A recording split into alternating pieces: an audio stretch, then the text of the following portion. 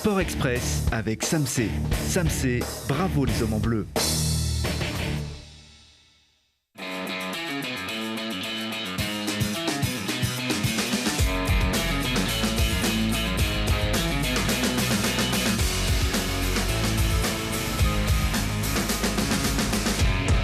Bienvenue à tous, les aventures et mésaventures sportives, la ferveur dans la victoire comme dans la défaite, c'est ici chaque lundi. Et le coup de massue a aussi assommé les Isérois qui espéraient voir l'un des leurs sacré champion du monde de rugby. Le Cécinois Louis Bielbiarré doit se résoudre à quitter le terrain terrassé par les Sud-Africains, non pas au score, un petit point seulement, mais moralement. Louis, qu'on voit ici avec son casque rouge tout à droite de l'écran, il a joué 320 minutes sur les 400 possibles de ces 5 matchs à égalité avec Damien Penaud. Il reste le joueur le plus utilisé du 15 de France sur ce mondial. Et on se rappelle malgré tout au bon souvenir de Deon Fourie, le talonneur des Springboks, remplaçant hier, auteur d'une belle partie. Il a joué 2 saisons au FCG et il avait marqué par sa gentillesse déjà, et marqué par ses performances et aussi marqué des essais. Bonne chance pour la suite. Pas plus de succès pour le FCG qui encaisse à Brive sa 4e défaite de la saison. Brive prend le bonus offensif avec sa victoire 38-26 sur les Grenoblois. Brive qui marque 6 essais à domicile. Grenoble 2, marqué par Sam Davis et Barnabé Massa du côté grenoblois. Ce n'est pas la joie sur les bords du Drac. Le FCG descend à la 12e place de Pro D2. Les brûleurs de loups ont eu très chaud vendredi soir pour le premier Grenoble-Marseille de l'histoire. C'est Marseille qui a pris les devants et qui a même mené 3-1 à la mi-match. Mais les brûleurs ont retrouvé leur efficacité et sont allés marquer 5 buts à la suite. Soulagés à domicile, les Grenoblois remontent à la 4e place et grignotent un peu de retard sur Rouen qui a perdu pour la première fois de la saison et à domicile face au surprenant Chamonix-Art. En roller hockey, les Yetis enchaînent avec une 4e victoire d'affilée. Toujours invaincus, ils ont battu Caen, un peu plus serré cette fois-ci, 3-2. Du côté des basketteuses, en Ligue 2 féminine, que des bonnes nouvelles. Le PVBC a battu à domicile Champagne Basket avec un score miroir, 76-67. Et le BCTM est allé battre Fétia en déplacement 71-53.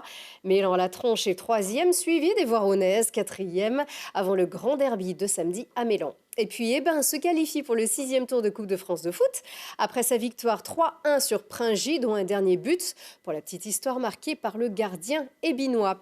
Retour sur les chapeaux de roue du Supercross au Palais des Sports de Grenoble. 9 ans après, le plateau de pilotes a tenu toutes les promesses de l'événement. Le lancement du championnat de France de motocross SX Tour Indoor et le champion de France en titre, Cédric Soubera, s'est imposé samedi en patron après une chute vendredi.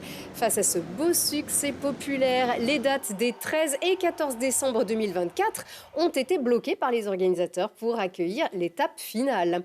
La flamme ne passera pas par Grenoble avant les Jeux Olympiques de Paris 2024, trop coûteux. Alors, pour enflammer le peuple avant les JO de Paris, un témoin de relais en bois de Chartreuse va circuler. Le départ a été lancé dans la ville des JO d'hiver de 1968.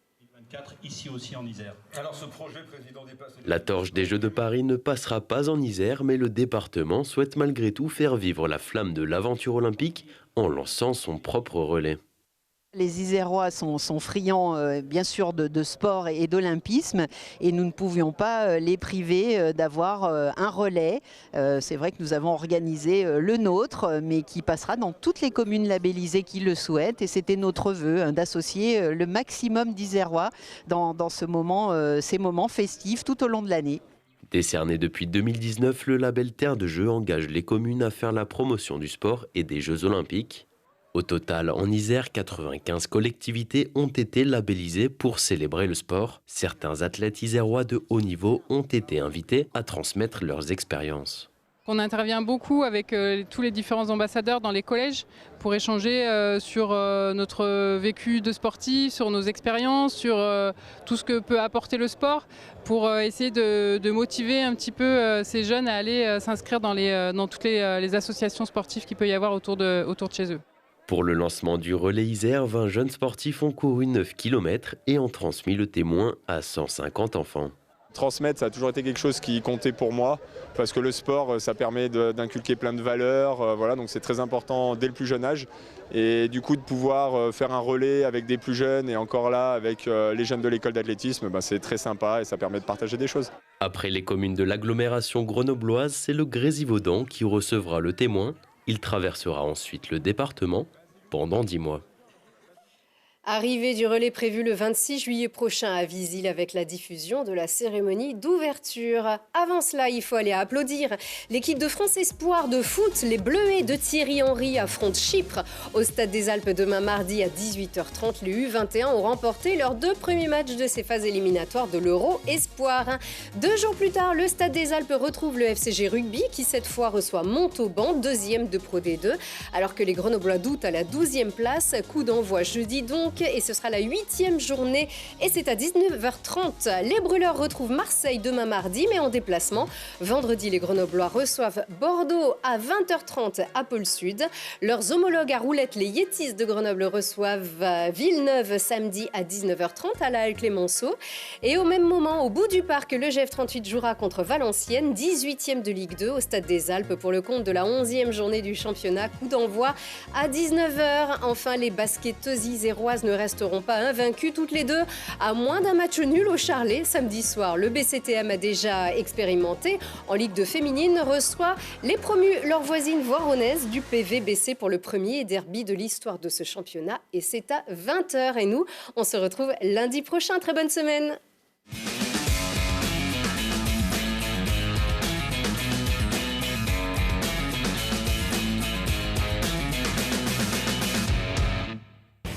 Sport Express avec Samsé. Samsé, bravo les hommes en bleu.